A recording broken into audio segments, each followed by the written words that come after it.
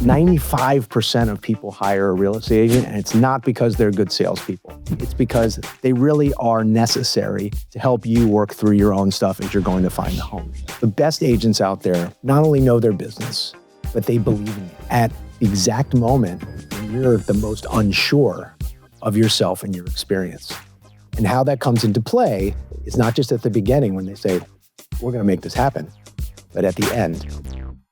But this is my house, Mommy. The one I asked Mr. Kringle for. It is. I know it is. Welcome to The Pursuit of Home, coming to you from New York City. This is real people buying real estate and their unique journey to get there. We share the tips, tricks, and frameworks to help you navigate the bumps in the road that you won't see on reality TV or social media, and which no one has talked about until now.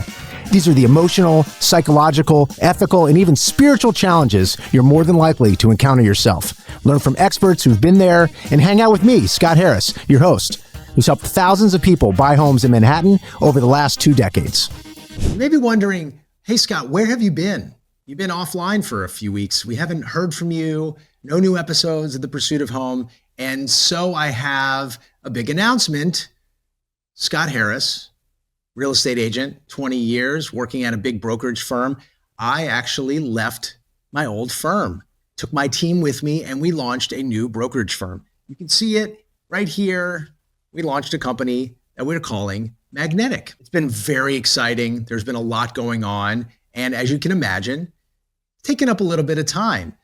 But we're coming back. The Pursuit of Home, refreshed, new energy, and we're ready to share everything that we're doing.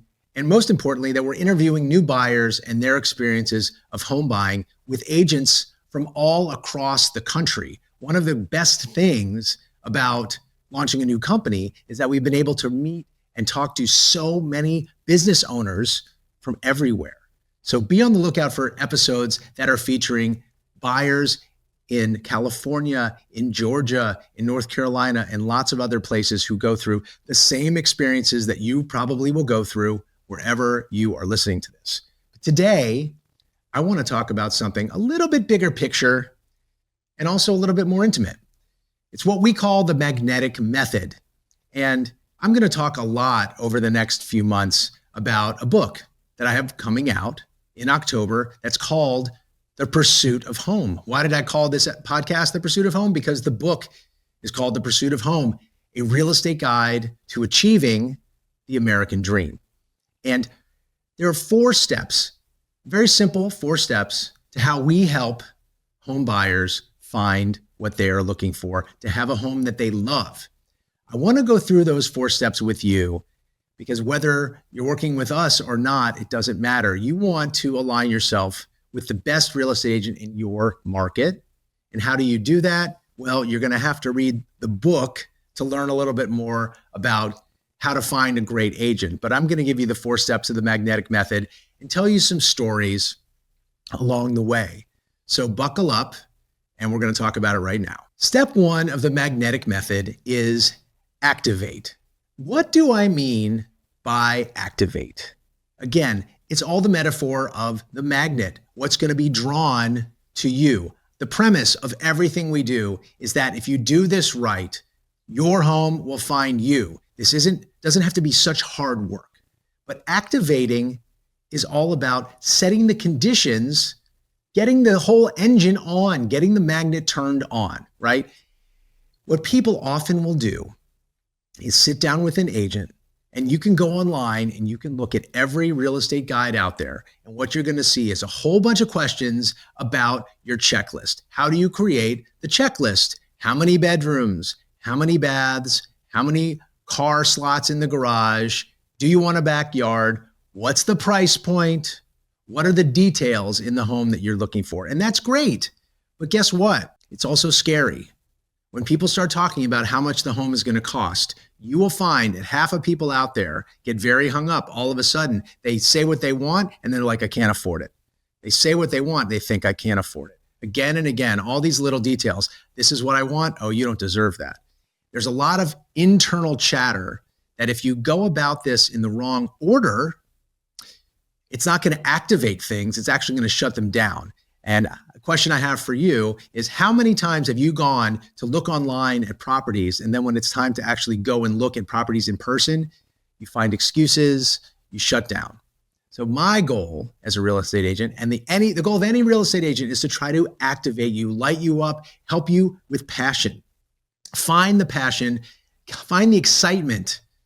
Now, you may be excited sitting on the couch, you may be excited talking about it, but that enthusiasm can sometimes wane. So activating is creating a safe space where we can have a conversation about what you would love. The order of things is this: talk in depth about what you would love. Put all of those nuts and bolts to the side. We're going to get to them. They're important. Of course, we have to answer them, but get that dream and get that first draft of your vision together. Get excited about it. Fill in the details. Where did it come from? Where did you decide that you wanted an open kitchen? Because you looked at a lot of TV? Okay, that's a good enough answer. Maybe you went to someone's house and you're like, I really love the way that looked. That made me feel excited. That's the kind of house that I want to live in. Lean in to creating that first draft of your vision. And the job of the real estate agent is to hold the space, so that if you're in a couple, that you can talk about it. Maybe you and your partner are not aligned. Maybe you have different ideas. And so part of it is that wrestling match, just to hear all the different ideas that are coming out. Because that first draft of your vision of home is probably not the last vision. Although I think we're going to have a conversation soon with a first-time realtor helping someone find a home in one day, which is a really kind of interesting thing and probably very different from the experience that you're going to have. So I'll tell you a little story. I sat down with a couple over coffee. And it's not something we often do where we meet them at a coffee shop, but this is where we can meet them. This is where both husband and wife were available. And we started talking to them. And they were laying out all the different things that they would love. And I said something to them very early on. I said, if anything goes wrong, if anything doesn't feel the way you want it to feel, I want you to feel very free to tell me what you need and what's not working right now. And sure enough, after about 2 weeks after we met, I got a call from the wife. She said, Scott, I sort of expected that you were going to send me emails every single day with new listings. And I'm not getting emails from you. And so I just don't think this is working. And I said, well, first, I really appreciate you getting back to me. But for what you're looking for, there's not new properties every day. So would you like me to send you an email every day to say there are no new properties? And she scratched her head. She said, well, why don't we try that for a while and see if that helps me? And sure enough, after about a week or two of doing that, we've been working together for a month, her nervous system started to calm down. And all of a sudden she said, Scott, I feel much better about the search. I know that you have my interests at heart. I know you're watching for me every day. And as she relaxed, we got clearer and clearer about what she was looking for. And she got out of the nervousness and into the excitement of the home. And that's actually, it's a great transition. And it's one that you might go through where that nervousness needs to sort of open up into the excitement of what's next for you and not the fear of what is and not knowing what's going to be next, right? Okay. Step 2 of the magnetic method is align. What do I mean by align? Aligning with your vision, getting both you and maybe, because almost 70% of people who buy homes are buying them with someone else, getting your vision aligned with the other person's vision, getting the two of your vision aligned with the communication style and everything else with the agent that you're working on. And what does that actually look like in real life?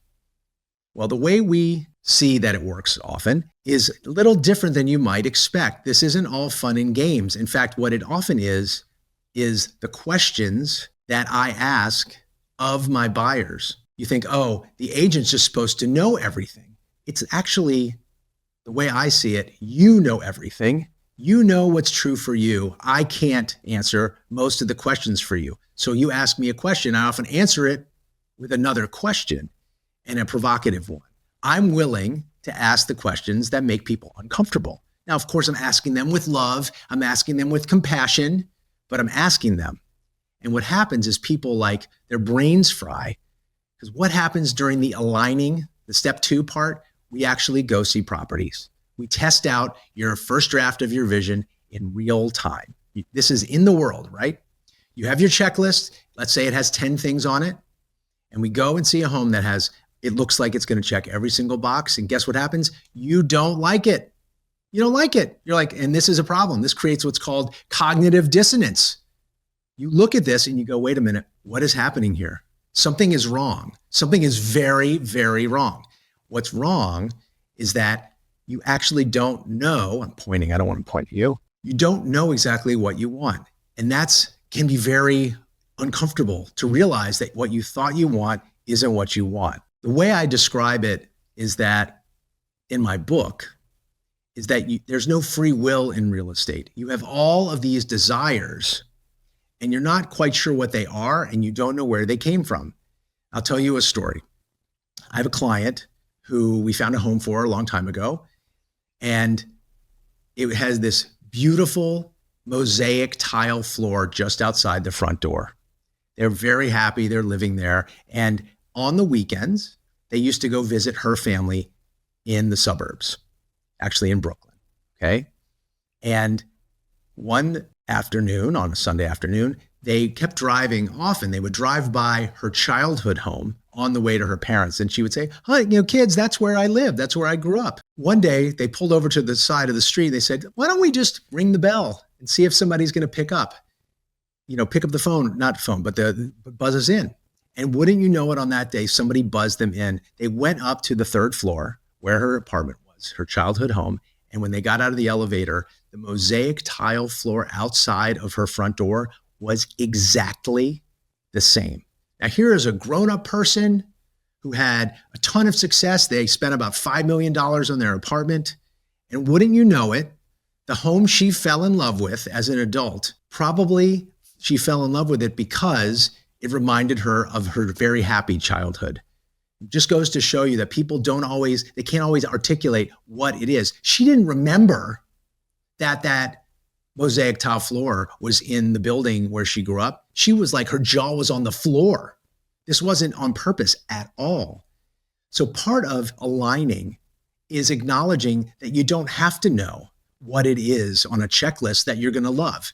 You just have to create the conditions to find out the answer. It's like a neck down experience. And I talk a lot about it in the book. Why? All of the unspoken, the subconscious, all of those things that you might experience, that you are going to go through, and you just want to be ready for it. One of the best ways to find out what you really like is to make offers on homes. You're going to make an offer, and I'll tell you two different scenarios. One, you make an offer and then the seller responds and you just aren't that excited about it. You're like, "Oh, okay, fine." In that moment, when you're not excited or enthusiastic, I just don't like this property that much. It's not I figured it out. You just know it's the answer.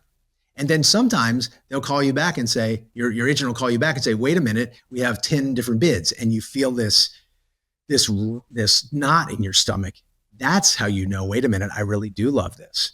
Sometimes you get a little competitive and it's up to you to decide, am I being competitive or am I actually really in love with this house?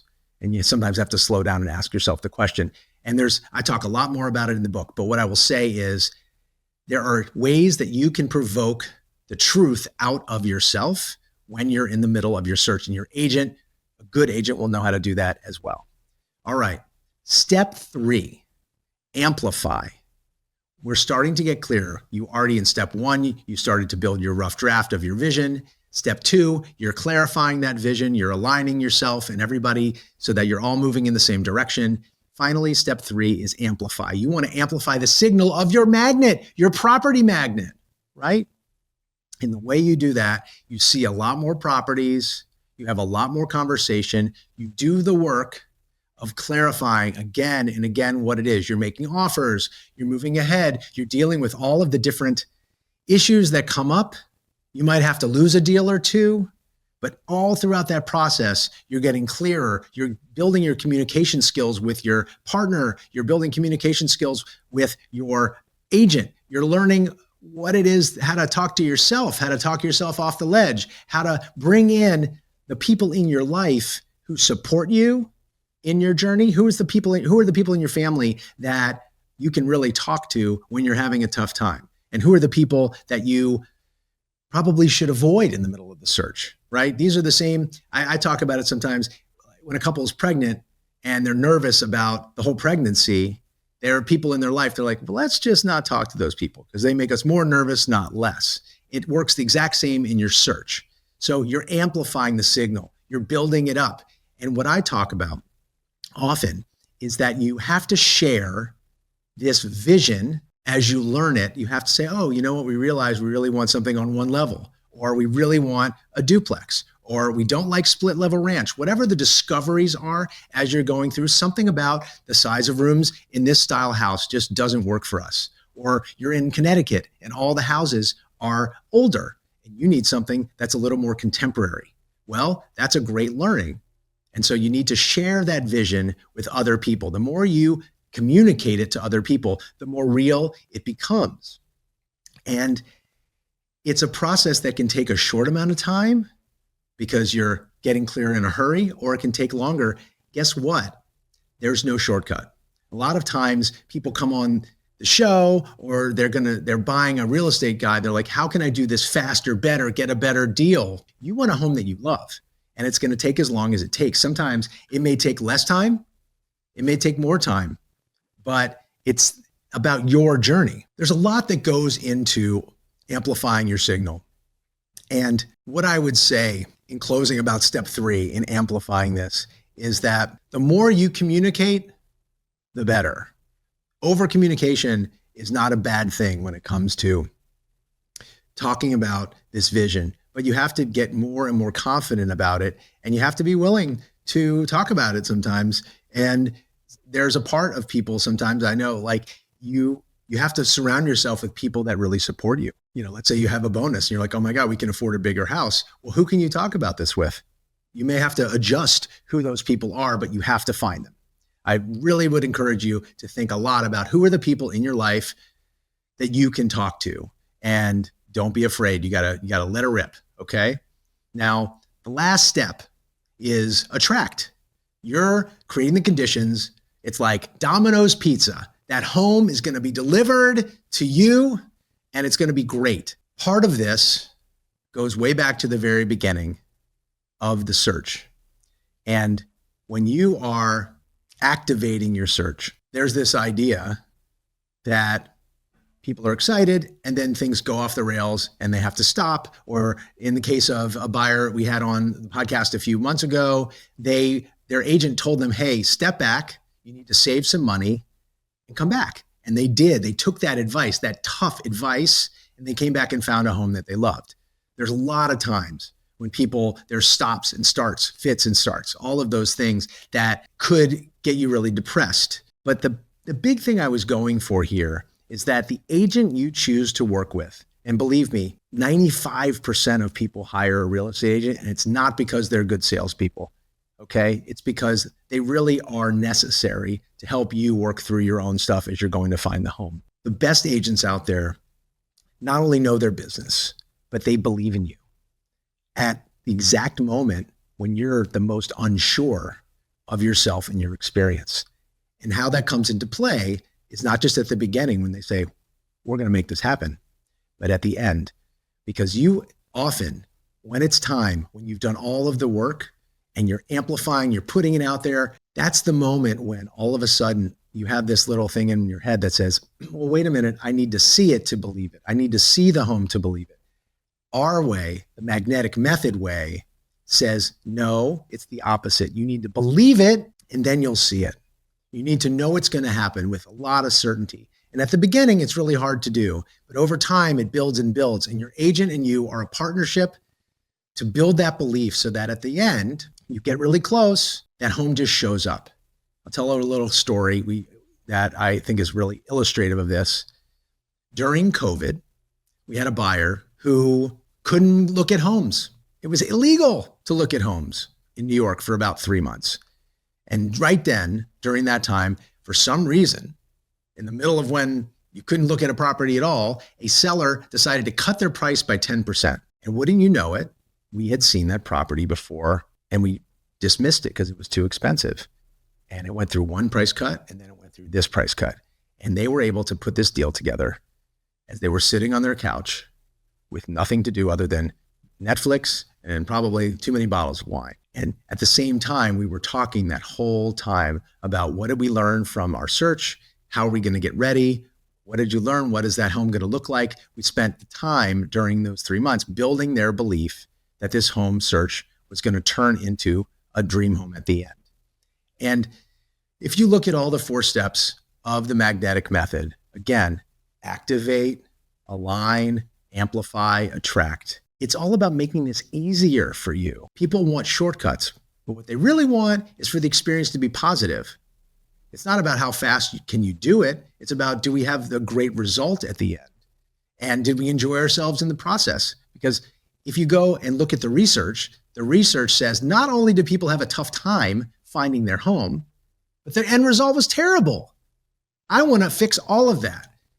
And that's what the magnetic method is about. That's why we launched this company, Magnetic, because in the middle of the 2 toughest years in real estate, we had our 2 best years because we got to the heart of what really matters, which is helping people move forward in their life. And I look forward to continuing to help you, to introduce you to buyers who've had interesting experiences that you can learn from, to meet agents from across the country who have big hearts, who really care deeply about their clients, their buyers and their sellers. And ultimately, so you can learn what real people buying real estate really looks like. That's not reality TV, and it's not TV shows at all, and it's not social media. It's the real thing. It's the emotional world that's underneath the transaction so that you can have a better experience. And on that note, I look forward to seeing you when we're talking to new buyers in our next episode. That's it for this episode of The Pursuit of Home. I hope today's conversation gave you insight, clarity, and maybe even a new way to think about your own home search. If you enjoyed the episode, please take a moment to follow, rate, and review the show. It really helps us reach more people on their own journey to home ownership. The Pursuit of Home is proudly produced by Fame, the B2B podcast production agency. Find The Pursuit of Home on Spotify, Apple Podcasts, and everywhere else you listen to podcasts. And if you want to connect, you can find me anytime on social media or at Magnetic. Till next time, happy home hunting.